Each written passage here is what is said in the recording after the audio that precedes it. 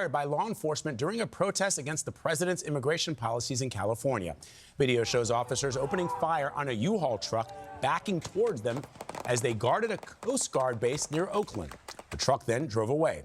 It comes amid widespread controversy over federal agents' tactics against protesters nationwide. Nicole Skanga has exclusive interviews with two men at the center of all of this. Nicole, good morning. Good morning, Vlad. We sat down with two different leaders with two very different perspectives on the immigration enforcement mission here. Illinois Governor J.B. Pritzker and CBP Chief of Patrol Gregory Bovino. Bovino told us he was ready to deploy to San Francisco, but ultimately he stood down. Overnight, police opening fire on this U-Haul truck as it backs into them outside this Coast Guard base near Oakland.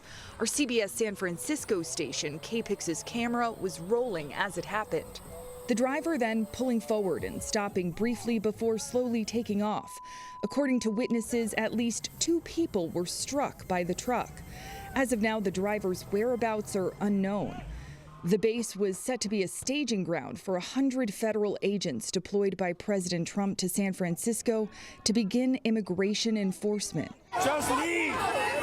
Other cities have faced similar actions, like Chicago, where Illinois Governor J.B. Pritzker unveiled a new accountability commission Thursday, aimed at documenting what he claims are civil rights violations by federal agents. Whether it's the courts now or the elected officials later, we've got to make sure we have a record to show.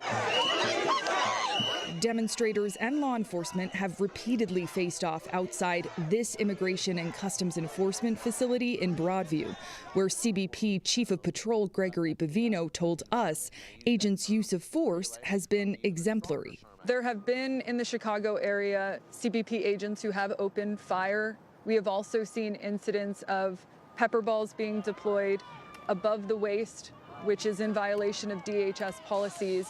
Are there instances that you feel as though CBP agents have acted outside of protocol? I think they've done a fantastic job in those chaotic environments that you see here at Broadview and other locations. Absolutely. Aiming above the waist is within policy? It can be. If someone strays into a pepper ball, then that's on them. Don't protest and don't trespass.